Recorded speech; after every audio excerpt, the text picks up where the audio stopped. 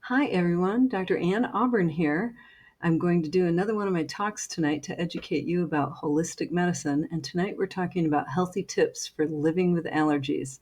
We'll discuss all sorts of allergies and what you can do about them and what happens if we ignore them or don't do anything about them. But we have lots of tools, so let's get started. So we have these incredibly designed bodies. If we eat whole foods, get exercise, get out in nature, use the enzymes and minerals from that food, we do quite well and our digestion does great. But over the last 50 to 75 years, our eating habits have changed a lot. The habit of eating the same foods a lot, packing the same thing for lunch, or going out to the same place every day, this has changed our digestion, and it's added things like chemical additives, things that will upset that delicate balance in our gut microbiome and the whole chemistry of everything down there, resulting in food allergies, sensitivities, and sometimes chronic disease. So what are food allergies? Most people are familiar with the kind that, a person eats something and they break out in a rash of hives, or they get itchy skin or watery eyes, or they can't breathe. Well, these are immediate allergy reactions, and these are based on an antibody called IgE, or immunoglobulin E. Various symptoms for that can be, like I said, hives, swelling, red blotches, itching of the eyes or skin, watery eyes, sneezing. It can lead to anaphylaxis. That's where you have so much swelling in your throat you can't breathe. This is a severe reaction and can lead to death or just wheezing and feeling very uncomfortable, but we don't want to let it get that far. So most people know their IgE allergies, but what about some other types of allergies? Well, there's actually four different types of food allergies, so we're going to go through that with you. Type 1 is an immediate reaction, like I was just talking about with the IgE antibodies. That usually happens within 2 hours, and a lot of times faster than that. It'll release all kinds of tissue irritant chemicals that are listed out there for you: leukotrienes, lysosomal enzymes, histamine. Everybody's familiar with that. Kinins, bradykinins, et cetera, et cetera. And this creates a lot of inflammation in the body, and it can be very, very fast. Type 2 food allergies, these are cytotoxic reactions involving IgM and IgG immunoglobulins, so two different types of immunoglobulins, resulting in cell destruction. Sort of like a severe case of COVID-19, there was a lot of cytokines causing damage to tissue there. Delayed reactions. Now, this is what we're going to talk about a lot tonight because we do a lot of this at our office. These are the hidden allergies. They can take up to 72 hours to react, and it can depend on how often you eat the food, how much of it you eat, how many other things you have going on in your body at the time. And then there's the type 4. That's another delayed reaction, but this doesn't involve any immunoglobulins. It's primarily T lymphocytes, a type of white blood cell, and it causes inflammation within 36 to 72 hours after contact. So IgG-mediated type 3 food sensitivities, we're just going to call these food sensitivities, or throughout a lot of this talk, I'll just refer to food allergies, okay? This allergic reaction, again, involves foods that you produce this IgG antibody to. And you may not notice it right away. It may be something you ate yesterday or 2 days ago. This is why these are so difficult to figure out on your own with just a food diary. It doesn't seem connected sometimes because it doesn't happen right away. It does not involve mast cells, so you're not going to have a type 1 IgE reaction where you get the hives. That's not going to be a food sensitivity. It's lesser understood, but it is the most common immune response to foods. It occurs anywhere from 45 to 60% of the general population and affects children and adults equally. So IgG-mediated type 3 food sensitivities, we can test, we have a panel that does 96 or 186, I believe, and it can be related to over 118 medical conditions or symptoms that are provoked by this inflammatory response. It could be arthritis, weight gain, abdominal pain, gas, bloating, fatigue, brain fog, decreased immunity, acne. Oh, I've seen so many cases of acne and ADHD, attention deficit. Again, the brain fog, sometimes we call it, or just lack of focus. And, it's unfortunate that this is not looked at usually in traditional medicine. Often somebody gets diagnosed with ADHD and they immediately get put on a stimulant drug. Well, that's just a Band-Aid. It's not really getting to the root problem or problems that could be causing that. So that's why these IgG food sensitivities are so important. They can affect so many other things. So a skin scratch testing and IgE blood test are not capable of detecting this type of food allergy. You're not going to find it, in the IgE blood test, and you're not going to respond to it on a scratch test where they put the allergens right on your skin. That's a type 1 reaction. So both single food and combinations of foods can cause a reaction, and it's usually with foods that people eat all the time, like gluten, bread, pasta, potatoes, pizza, things like that, cheeses, milk products, a lot of grains and things like that show up. Eggs are really common. And then you'll have, your scattered things for, people that, eat the same vegetable all the time, or they eat the same fruit all the time or something like that, or the same spices. The meats don't really show up that much, but they do show up sometimes, and it can be really revealing if a person is eating that meat or protein all the time and they don't really realize that it's causing inflammation in their body. So the only way to really properly screen for the type 3 food sensitivities or allergies is with a validated and accurate test with a blood test. And we do that at our office at the Natural Health Improvement Center. So I want to clear up one thing before we go on, that food intolerance is not the same as a food sensitivity. Intolerance are, they may seem similar, but they don't involve immunoglobulins. They don't involve a lot of the same reactions, but it can overlap a little bit, like gastrointestinal distress, fatigue, headaches, body aches, pain, brain fog, sometimes emotional distress. Examples would be like lactose intolerance. You don't have the enzyme to break down lactose in milk, so it causes gas, bloating, sometimes diarrhea if you eat too much of it. And certain foods are worse than others that contain dairy. So it's not a true allergy, though, because there's no immunoglobulins. Also, have you heard of people having MSG reactions, like when they go to eat, food out at a restaurant, or especially this is pretty common in some Chinese foods. People that know that they have a reaction to MSG, very commonly it could be a headache, brain fog, feeling tired, muscle aches. A lot of these people that know they have this, they will call the restaurant ahead of time and make sure they don't use it. It's often used as like a meat tenderizer, things like that, or it brings out the flavor in food because it's almost like a type of salt. So those are intolerances.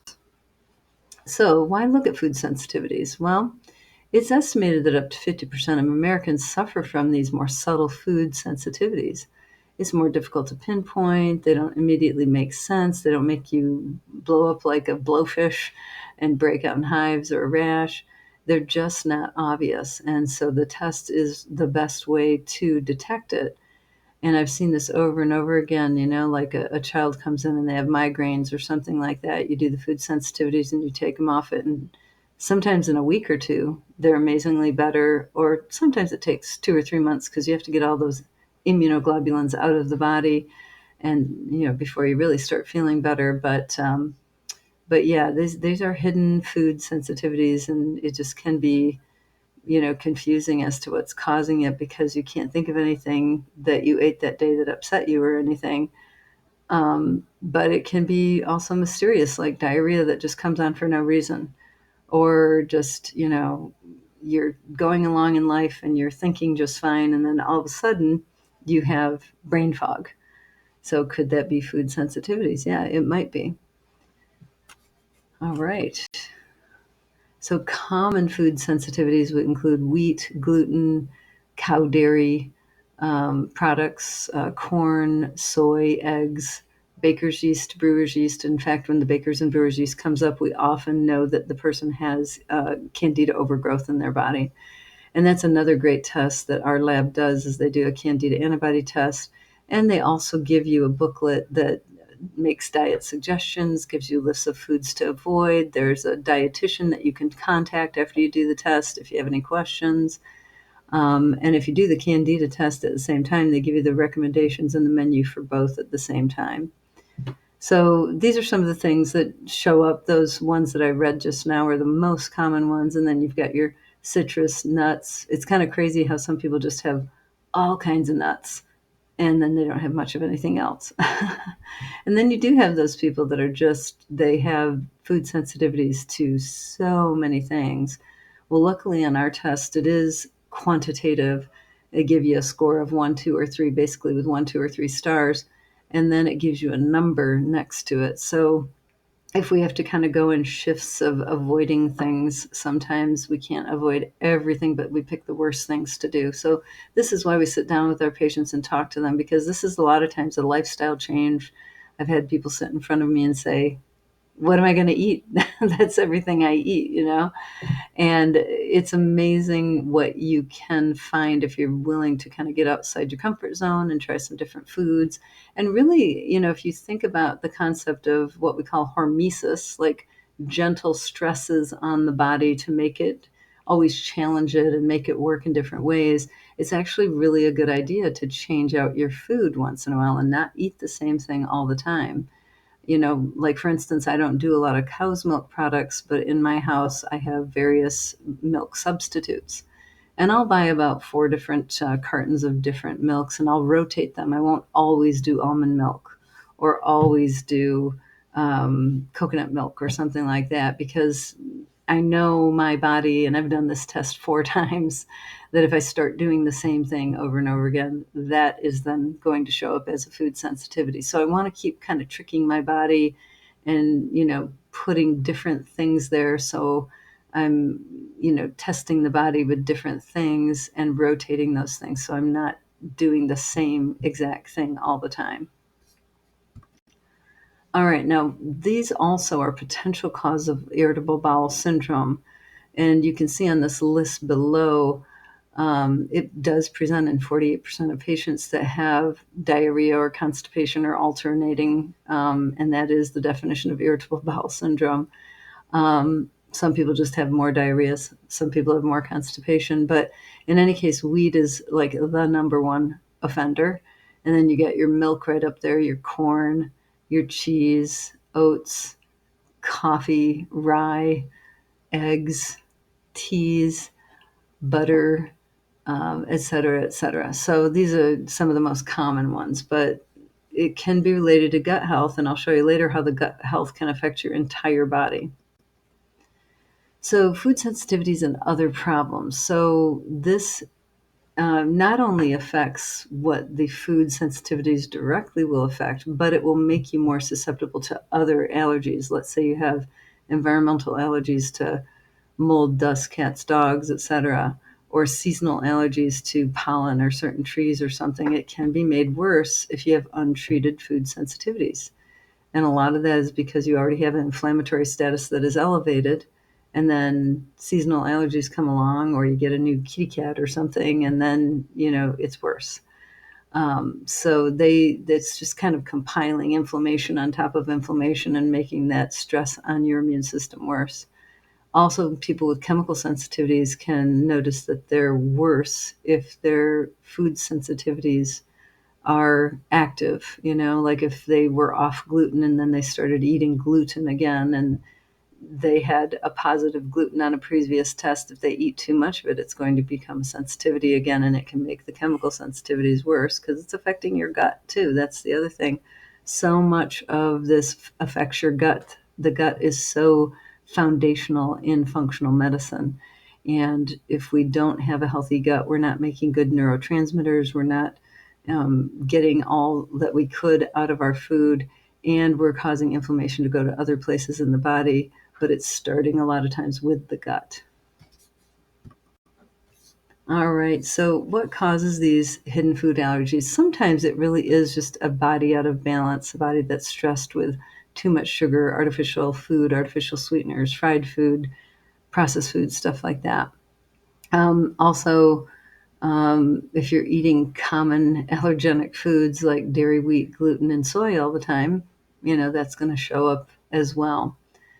Um, Eating the same foods too often, we talked about that earlier. We should rotate those around.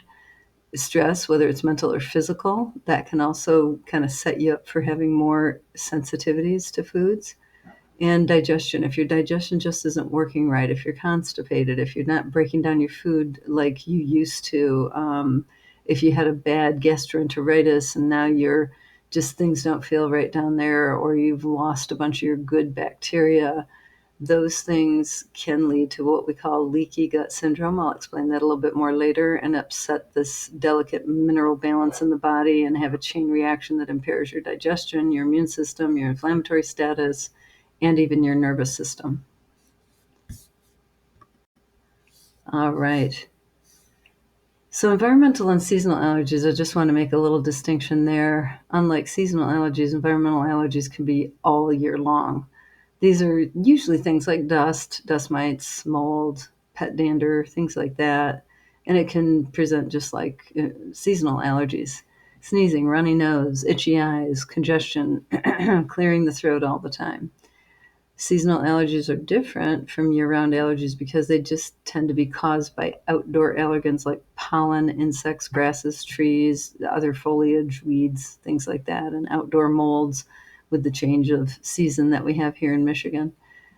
On the other hand, the year-round allergies are kind of always lurking, and then they flare up in the winter when you might spend more time indoors and things like that. So, and some people can have both. That's very possible, but there are the differences there.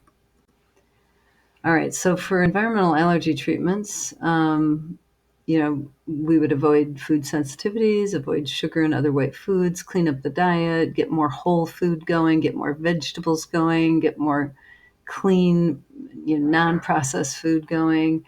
Start doing some food prepping on the weekends and have that stuff in your freezer ready to just warm up for dinners and things like that. Use indoor air cleaners, dust covers on pillows and beds, use allergy-free materials, avoid too much carpet in the house or vacuum it a lot and use air cleaners.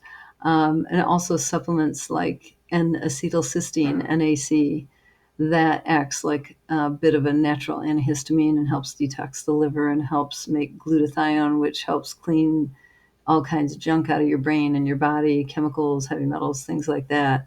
Also, histocyst, a natural antihistamine, non-sedating, Antranex, another kind of natural decongestant, Allerplex, which has fenugreek in it. That one's a natural antihistamine. And our newest addition to our lineup for allergies and mucus and phlegm and things like that is called C-Zyme from the U.S. Enzymes Company. So the other thing that helps a lot with these environmental allergy treatments and also seasonal allergies definitely is rinsing the nostrils with saline twice daily. We have sample neti pot Neilmed things in our office that you can get a sample of, and also there's pre-made saline sprays that you can. Those are the ones I like because I can travel with them and I can do them anywhere and they're fast and I don't have time to make up a solution, things like that. So it's all ready to go. So there's lots of ways you can do it to make it easy. Now, mold toxin allergies or reactions, I want to talk about a little bit here because a lot of the symptoms seem like allergy symptoms. Mycotoxins, those are the mold toxins, are linked to many diseases, including autoimmune disease, autism, Alzheimer's, dementia, lots and lots of other things. They call it the Great Masquerader. At least the World Health Organization and many, many speakers I've seen talk about this subject because it just presents like so many other things. So when I get that really confusing patient that's sick all the time and nobody else can figure it out, this and some of the chronic infections are the things I'm going to be looking at. But a small percentage of patients will actually have a mycotoxin antibody and feel normal, but others will feel really ill. And many more people will have antibodies to viruses and don't feel sick. But this isn't really so with toxins. If you have an actual antibody to a mycotoxin, then most people will feel yucky and they'll have lots of symptoms that are unexplained and maybe feel itchy all the time, things like that. So, what we use for mold toxin exposure antibody testing is the MyMycoLab test. Some of you may have done our urine test for that, and we're kind of stopping using that. It's just not as accurate as the mold toxin antibody test done with a blood test. And so we want to do the best thing at our office. We want to get you the most accurate testing. So we've switched over from the urine to the blood test. IgG antibodies to mycotoxins indicate that there's currently an immune system that's reacting to mycotoxins. It's not an indicator of past exposure like IgG is to many other things. IgG to a toxin such as mycotoxins, mercury, pesticides, its current exposure. When you have IgG to viruses, bacteria, mold, and parasites, an indication that it was there in the past. IgE response to mold toxins is an indication that the mycotoxins are stimulating mast cells and causing an inflammatory reaction. And this results in what we call MCAS, or mast cell activation syndrome. So we actually have to get rid of that mold so it doesn't keep giving off the toxin into the body because the person's actually reacting to it. So there's a few things we do for this: antifungals, binders, other things to support the immune system to keep the person healthy while we're getting it out. All right, so mast cell activation, there we go. Mast cell activation syndrome. It's also things that will contribute to this would be toxic mold exposure, exposed to toxic chemicals and heavy metals, food triggers like histamine, lectins, and oxalates. So again, your food sensitivities or other food triggers can make this worse. Nutritional deficiencies like B12 deficiency, vitamin D deficiency, vitamin A deficiency, things like that. We can check all that in the blood. Infection, like if you also have an infection like Lyme disease or Epstein-Barr virus reactivation, those too can make the MCAS worse. Also, hormonal imbalances, chronic stress and traumas, nervous system dysregulation, all of this can make the mast cell activation syndrome more apparent or more symptomatic. So symptoms of MCAS you can see are just all over the board.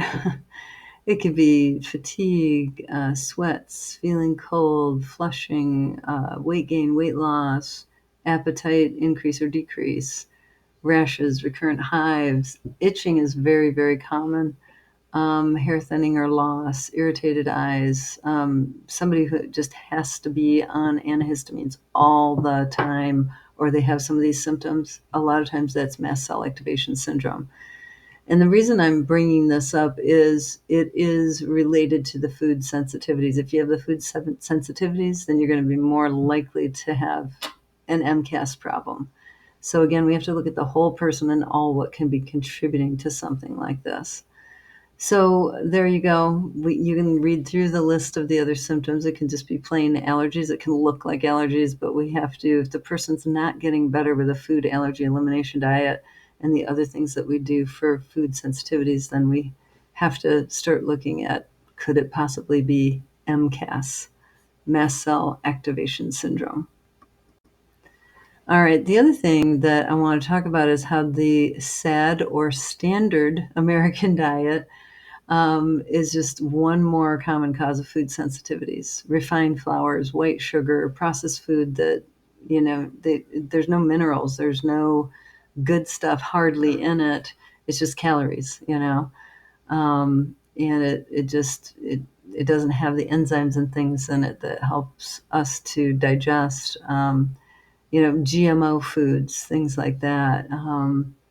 Eating the same thing all the time, but especially the fried foods, the refined flours, the white sugar, the processed food, we need to start eating real food, and sourcing our food well, because it's up to us. We have to take responsibility for our bodies and our health and the things that we could be doing to ourselves accidentally to kind of make us sick. And, it is very, all of this stuff is in your face all the time. It's always there. It's promoted in the TV ads and the billboards, and even a lot of times at church gatherings and things like that, there's just so much junk food. And I'm always the lady to the church gathering that brings the salad and brings the, the veggie tray and things like that. Trying to bring some health food in there to keep everybody a little bit healthy, get their greens. But all of us can do that too. When we go to gatherings, take something healthy, ask what's going to be served. So if it's something that you can't have, you can bring something of your own. And we shouldn't feel embarrassed about this. We're just trying to get healthier. I'm not embarrassed at all to bring stuff like that and just contribute, and also to bring my vitamins and my things that I'm doing. It's just part of my program. So again, the typical American plate, it's got 50% animal protein, 25% overcooked dead vegetables, 25% processed carbohydrates or fried foods. And this just is not healthy. It's just going to create more inflammation, and you're definitely going to create more food sensitivities with this type of food, as evidenced in the very famous movie of several years ago, Super Size Me. If you've never seen it, you should watch it. All right, let me get to the next slide. All right, so the consequences of SAD is, just calorie rich and nutrient depleted. A bag of potato chips, 6-pack of Coke, the body just becomes nutrient depleted, malnourished, and it's high risk for medication complications, including higher incidence of cancer, blood clots, wounds that won't heal, infections, diabetes. Generally, this body type is obese, yet grossly malnourished. And as you can see here by this chart, there are many, many cancers that are linked to obesity: endometrial cancer, esophageal cancer, pancreatic cancer, and boy, is pancreatic cancer on the rise these days. Kidney cancer, gallbladder cancer, breast cancers, colorectal cancers. Really, if you want to know your risk for cancer, you look at the scale. That is really one of the biggest factors, in addition to chemicals and other stressors in our world. So back to allergies, treating hidden food allergies. What do? We unwittingly eat these foods every day, yet many of us are allergic or sensitive to them. Like I said, I've done this test myself 4 times, and I've seen it change. I've seen it get better. I've seen when I've kind of gone off protocol, it gets worse. But it's really helped to guide me to see the things that come up all the time. Those are the things that I really need to avoid the most. And these foods really are damaging our tissues to some degree. They're causing inflammation and damage, especially in the gut, but anywhere. And to treat this, we need to avoid them for 3 to 5 months, and then we wait 3 to 4 days when we do introduce them into the diet, so that we're not eating them more than a couple times per week. And then also we introduce them one at a time to just see how we do with them. If you don't do well with them, we just leave them out of the diet. Other common allergens that upset our harmonious chemistry are external: harsh chemicals, environmental pollutants, pesticides, herbicides, glyphosate, which is also known as Roundup. I know all you guys that want to keep the weeds out of your yard, you love Roundup, but it's so terrible for you. Sometimes different various chemicals in carpets, plastics, scented products are some of the worst. They don't have to regulate that or tell you that there's carcinogens in them, and they're there. Fuels from cars. In this society, we're exposed to way more petrochemicals than we were 2,000 years ago when we didn't have those things. So our overloaded immune systems just never get a break. And, doing the food sensitivity test and avoiding those foods for a while and then slowly reintroducing them is a way to give our bodies a break. So, all right. So how can you be allergic to food? Well, your immune system is responding to it's responding improperly to a substance that usually would not be harmful. Yet even good foods can turn bad and a body out of balance. I've seen broccoli, asparagus, spinach, apples, bananas, and coconut on our test results. So allergies may be like an evolutionary type thing in nature or based upon ancestry or blood type, or just because one is eating them just all too often, or you're eating the sad American diet and your body just is not healthy and it's going to be more reactive to everything. All right. So, how does leaky gut syndrome contribute to food allergies? Well, any number of factors can weaken digestion and immunity. I referred to this a little bit earlier. The problem of poor digestion of foods can lead to leaky gut syndrome. This occurs when the small spaces between the cells in the wall of the colon are very tightly packed together. And when those cells are, the little substance between them is damaged, what happens is they kind of separate a little bit and there's a little leaky place in there. And then partially digested food particles, inflammatory mediators, toxins, they escape into the bloodstream and to the lymphatic system. And this sets up an immune system response. And the GI tract contains the largest surface area of mucosal lymphoid tissue of any organ in the body. Therefore, it's the obvious choice for a major antigen sensing and antibody production. And there's just, so many lymphatics down there. They say that 70 to 80% of your lymphatic system is in your gut. So that's how important your gut is to your health. And that's why we're talking about it all the time in functional medicine, integrative medicine. Food allergens are sampled from the contents of the GI tract by immune mediators, which are capable of recognizing most of the food antigens. Thus, an individual is routinely sensitized to many of the foods ingested. So that's how it happens. And then this immune reaction in the GI tract will induce inflammatory response. This leads to the permeability, the leaky gut I was talking about earlier, and many of the symptoms that we've already discussed. And the increased permeability of this GI tract between these cells, the tight junction area that's now leaky in the wall of the gut, it allows incompletely digested food to enter the bloodstream, and it's treated like a pathogen and recognized by circulating antibodies, leading to these symptoms and that can occur in other organs, like in the head with headaches or the muscles that are achy. I'll never forget a case of this guy who was sent to me by his girlfriend, and he did not want to be there. And he did this test. And also, I told him, just to start, you have so many achy joints and muscles, and you're just sore all the time. Why don't you just try going off gluten, dairy, and sugar? Let's see how you're doing when you get back. Well, I didn't see him for the longest time. And about 4 or 5 months later, he actually asked us to send him a copy of his test. He didn't want to sit down and talk with me. But he came back and he was so shocked and thankful. He had discovered that gluten was his nemesis. When he ate just a fraction, just a few grams of gluten, his entire body was on fire and in pain, and he felt like he had arthritis everywhere and fibromyalgia.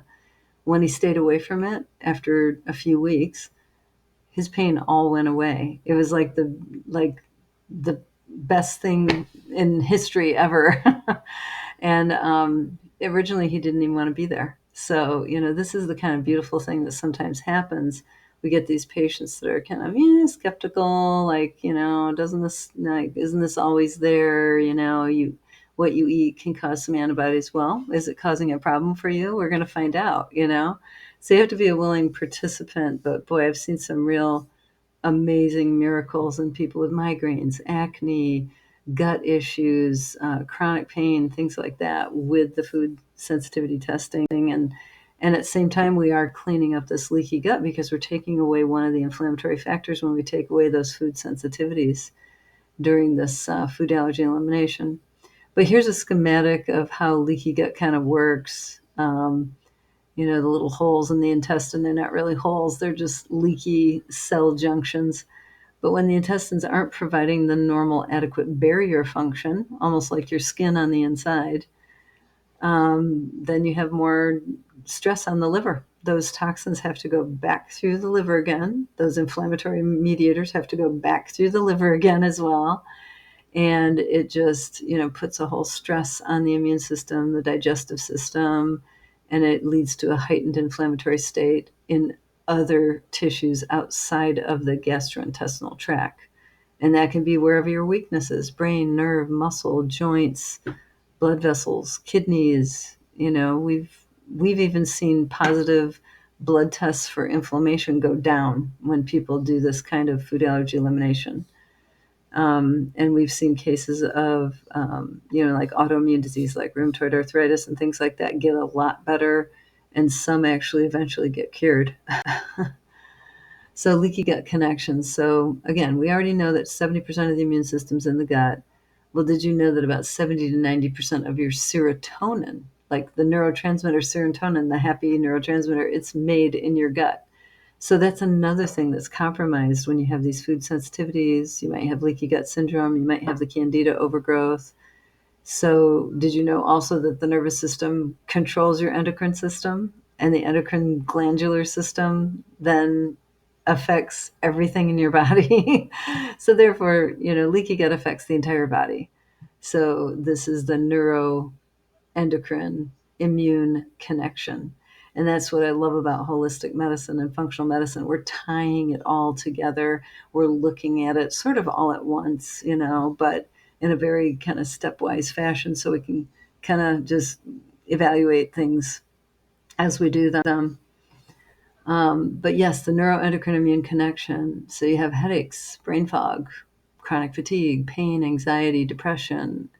Somebody said you needed Prozac or something like that. Well, you know, we might order a stool analysis or a food allergy test or a candida antibody test and start looking at your gastrointestinal function to see if that is actually the root cause of your problem, instead of just handing you a medication to cover up your symptoms. That's just not what we do in our kind of work. We're trying to get to root cause. So that's the connection there. And so don't be surprised if we ask you to do some of these tests that you've never heard of. So again, that's a picture of good gut on the one side of the screen. It's nice and pink. It's got good bacteria. The food is up above is like whole food, natural food, not fried, not processed, not sugary. On the right side, you have your unhealthy gut. You've got those leaky cracks in the gut wall. You've got candida overgrowth, and you've got all this yucky food that's creating this situation. So what do we do about this? We do the 4R program of GI restoration. And we're kind of doing this all at once, but, it's the 4 pieces, let's say. You remove the offending substances from the diet, like food sensitivities or yucky food. You replace digestive enzymes and digestive acid when necessary. You re-inoculate the gut with good probiotics, and you restore digestive mucosal integrity with proper nutrients that actually are known to heal the gut. And we have many, many choices for that. And then sometimes we'll use some supplements that will give relief, a 5th R for abdominal bloating, gas, cramps, things like that. Sometimes here and there we'll have to use an actual medication, but usually we try to do this with as much natural things as we possibly can. So how is your immune system involved again? The immune system guards the bloodstream. Unfortunately, it can't distinguish between undigested food protein and a harmful protein like a virus. So its job is to protect the body. In the process of protecting the body, inflammation is created. This happens with foods, like in the food sensitivities, but also chemicals like glyphosate, like the Roundup. Xenoestrogens, those are plastics and other chemicals that act like estrogens in the body. Petrochemicals, heavy metals, things like that. So, these things are all affecting the immune system. So one of our solutions for this, which I absolutely love, if I could get everybody to take this product, I would. It's just a great product. Dr. Zach Bush created this many years ago. And what it is fulvic acid and humic acid in a sort of very light slurry of minerals. And this does a few things. It blocks glyphosate from getting into the body. It basically, during that process, helps the tight junctions to come back together and heal leaky gut. I probably wouldn't use this for the only thing to heal leaky gut because that would be a slower process. And then the other thing it does is it feeds your microbiome and helps those good bacteria that make up the microbiome to become more diversified. So, brilliant doctor. I hope to meet him someday. Hopefully, he's going to speak at one of our conferences for one of our groups soon. But he discovered this. He was doing work as a palliative cancer doctor and an endocrinologist. And he just saw more and more young people coming in with autoimmune disease, cancer, early diabetes. And he and his team at the university he was at the time tracked it all the way back to glyphosate, that chemical being used in agriculture. And it's very, very hard to get away from now. It's like it's in the rainwater, and it's evaporated from the soil, and it's in a lot of the lakes and streams and things like that, and goes in the rain and then in the clouds and goes in other places. They've even found it in the Saharan desert. So if you want to do something to keep your family away from the negative effects of glyphosate, which is now connected with dementia, Parkinson's, Alzheimer's, various neurodegenerative diseases, amongst lymphoma, things like that, then this is a great product. So just wanted to let you know about that. So why do we have so many different symptoms? Well, the one symptom common to all of this is inflammation.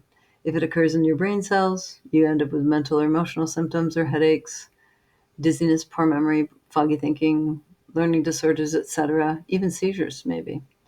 Inflammation manifests in joints as arthritis, kidneys as reduced filtration, skin as itching or rashes, vessels as blockages, strokes or heart attacks. The immune system and autoimmune disease can lead to also eventually cancer. So, inflammation is the root cause of all of this. And one of the ways that we can make that better is by putting you on a food allergy elimination diet specifically designed for you. So what makes an allergy choose one part of the body over another? Well, it depends on the person and where their weak spots are and how their body's going to express it, and how bad their leaky gut is and things like that. The toxic burden in this world has increased hugely since the 1800s. That is the price we pay for an industrialized world. But the channels of elimination, especially the skin and lungs, can result in problems there because they have more issues there. For somebody else who has more joint problems or more muscle problems, it might show up as fibromyalgia or arthritic type pain. So it's just going to go where it has the most ability to go in that particular body. That's why everybody's a little bit different with these things. So what happens if you ignore your symptoms? Well, it could lead to a lot of degenerative diseases later. So it's a constant stress. And if you don't know the stress is there because it's very subtle and very slow reacting, like I said, up to 72 hours to react to it. It depends how much you eat of it and that sort of thing, what else you're doing for your health. It could eventually destroy tissues. And it might seem like it came on suddenly, but it was really, actually, we know it's coming on over years and years and years. Scientists estimate that over 75% of allergic reactions are cells and tissues under attack. They're actually destroyed when that happens. So that's where you could end up getting things like lupus or rheumatoid arthritis or something like that. It could just start as simple as food sensitivities and leaky gut. So we want to, and we've seen some cases like that get better too, or resolve a lot of their symptoms or a lot less medication when they do this program. Also, susceptibility to infection. If you're somebody who gets sick all the time, I would wonder, do you have food sensitivities? Do you have leaky gut? Do you have candida overgrowth? Again, these are all immune system overload, and you're going to reach this allergic load threshold effect and then be sick more often, possibly, That is one of the possibilities. So many physicians aren't looking for food allergies as a cause of chronic illness. Therefore, food allergy sensitivities are just overlooked. And then if you have that on top of the environmental allergies, the seasonal allergies, et cetera, the leaky gut, it just compounds. So these are the kinds of things our ear is listening for when we're talking to a patient and we're gathering their history when they're new at our office. When a food allergy is discovered and properly treated, it sometimes can prevent or lessen the need for symptom relieving medication. I know for years and years and years that worked really well for me. And I still use many things to help keep my sinuses in check. They are still a sensitive area of my body, but I mostly can do it with very little medication, depending on the time of year or what other stresses have happened to my immune system. But the better I am with staying away from grains, staying away from gluten, those things affect me most, and I've learned that over time by doing this test several times. And also, if you do regular detoxification and lifestyle changes like good food, exercise, stress reduction, then that's all part of the holistic treatment. One of the detoxes that I love to do, and I do this twice a year, is the Ultra Clear Renew Detox. I basically just get one of these canisters, and for 21 days, first week, I kind of work up to 2 scoops.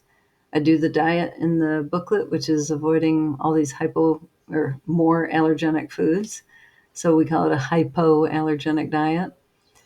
Sugar, junk food, gluten, dairy, soy, et cetera, et cetera. It's neat. We give you a little booklet with it that shows you how to do it, gives you recipes, things like that. Or you can do the clear change, which is 10 days. That one, for me, it's a little too intense for me because you end up drinking this drink 3 times a day. And I prefer to spread it over a 21-day period. So I usually try to do it spring and fall. And it's done me well over the years. So these are things that we do at our office to keep you detoxed. If you want to know more about Alitas Medical Laboratory, you can go to their website, foodallergy.com. They have videos there. And again, like I said, we should consider candida testing, especially if you have gut issues or if you have a lot of these issues we were talking about tonight. And they have other panels too. They have a celiac panel. They have a larger panel for other gluten-related disorders. They have environmental allergies. They have IgE and IgG. And they're a very affordable lab, and they do a good job, and they're very service oriented as well. So get started on the diet changes. As soon as you get your test results back, you can get started cleaning up the diet and get the inflammation levels down. And you may already be feeling better if you do like the Ultra Clear Detox while waiting for your labs and get started on your basics. The basics are what I call the basic stuff that everybody should take: a high dose multivitamin, multimineral, a CalMag that fits your particular picture, and omega-3 fish oils. Over 80% of the population is deficient in minerals and nutrients. That's absolutely huge. And you have to wonder, how could that be affecting your health? I test these things all the time in the office, and I many times see low vitamin D, vitamin A, B12, etc. I could go on, but it's pretty clear that when people come in, if they're not doing something, they're usually deficient. And we have a lot of products that we use to reduce inflammation. Some of these will also help the sensitivities, but also maybe the seasonal allergies or some of the results from some of your inflammatory responses. We have so many products. We basically say do the basics and then, get together with your provider to see which one fits your lifestyle the best. I would say everybody could do Ion Biome. That product is, like I said, amazing for blocking glyphosate and helping heal the gut and promote a diversified and healthy gut microbiome. And then also, Dr. Flynn is another gift we have in our office a couple days a week. He's an Oriental medical doctor and an acupuncturist, and he can help you get better faster because he does natural allergy elimination technique with either acupressure or acupuncture. And he has all kinds of tricks up his sleeves. He's a true healer. He does a lot of different things like NADA, a quick and easy acupuncture in the ears used for stress, anxiety, detox, improved bodily function. He does muscle response testing to specify supplements that resonate with your body because some people are sensitive to so many things. And he does touch for health body balancing. He does Tai Chi massages. He really has a lot of skills, and we're so happy to have him at our office so he can help especially our sensitive patients. And then immunity, we're always talking about boosting immunity. We have several nutrient IVs. The Gabby IV Push takes 15 minutes, 20 minutes.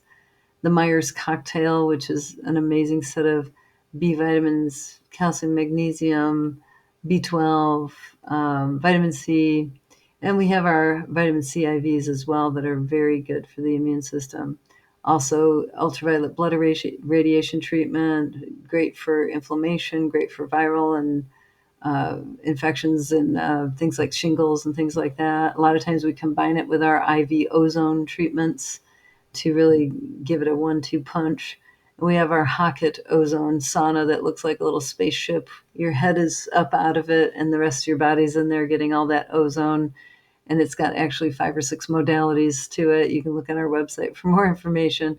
But we have so many tools at our office, so many beautiful immune boosting supplements. And so we can always find the right one for you if you need one over the winter or during the spring allergy season. In fact, a lot of times in the spring allergy season and fall allergy season, people will come in and get a Gabby IV Push or a Myers Cocktail like once a week. And it reduces the inflammation and people have less problems with their allergies. So those are all things that we can help you with at the Natural Health Improvement Center. All right, we're getting down to the home stretch here. Repairing the Sad American Diet. These are some of my favorite books. I probably have 100 favorite books. I'm definitely a crazy reader, and I'm always buying books. My husband's always laughing about the books coming in the mail and the books I'm listening to on my Audible constantly. But Wheat Belly, Grain Brain, and Brain Maker are 3 of my favorite books. And they talk about some of the things in our diet that are really causing a lot of problems, and we don't really realize it because you can't feel it initially, but it comes out in other ways like what we've talked about tonight. So getting away from processed food, like I said, sugar, gluten, getting away from food dyes. A lot of these things in America are, chemicals. They're not natural food dyes. These things can cause, attention deficit, asthma, are related to cancer. Many of them are banned in Europe. Also, the GMO foods, genetically modified organisms, those are the foods that are genetically modified. If we can get those out of people's diets, mostly soy, corn, and canola, but also cotton and some other things are sprayed with glyphosate and are genetically modified, but especially the ones we eat, we really don't want to be putting those in our body. So try to get non-GMO foods, especially if you can't get it organic or you can't get it super clean. Also knowing your sources of your, food too, local farmers, farm markets, you can talk to these people and ask them how they, grow their food and whatnot. And drink lots of water. Water is the universal solvent. We want to get in at least 50 ounces a day. I really have to work with that. I just take my, jug with me every day and make sure I get a couple of them. That will get me 64 ounces. Also, look at your plate. 50% veggies really should be, most of your plate. You can have some fruit at the end of the meal or something a little bit carby at the end of the meal. I'm promoting the glucose revolution diet now because it really seems to help people control their weight, control their inflammation, etc. Eat your veggies first, your protein second, and your carbs last. Never eat your carbs naked. But getting those whole foods in and, just keep the grains low. We eat way too many grains in this country. Too much bread, too much pasta. Those are the things that are making us heavy, along with the sugar. And also moving regularly. Regular exercise is just so helpful for the human body, especially as you get older. Stretching, moving, keeping those muscles toned. It's so good for your bone structure. It's good for your brain, good for your serotonin levels. It just makes you feel great about yourself if you just keep moving. And then supplementation with nutrients like the basics that I talked about before. And then also, again, we can do testing to find out what things you need for you and specify an individualized program for you. And then decrease those stress levels, laugh as much as possible, watch funny movies, enjoy life, have experiences, travel, things like that.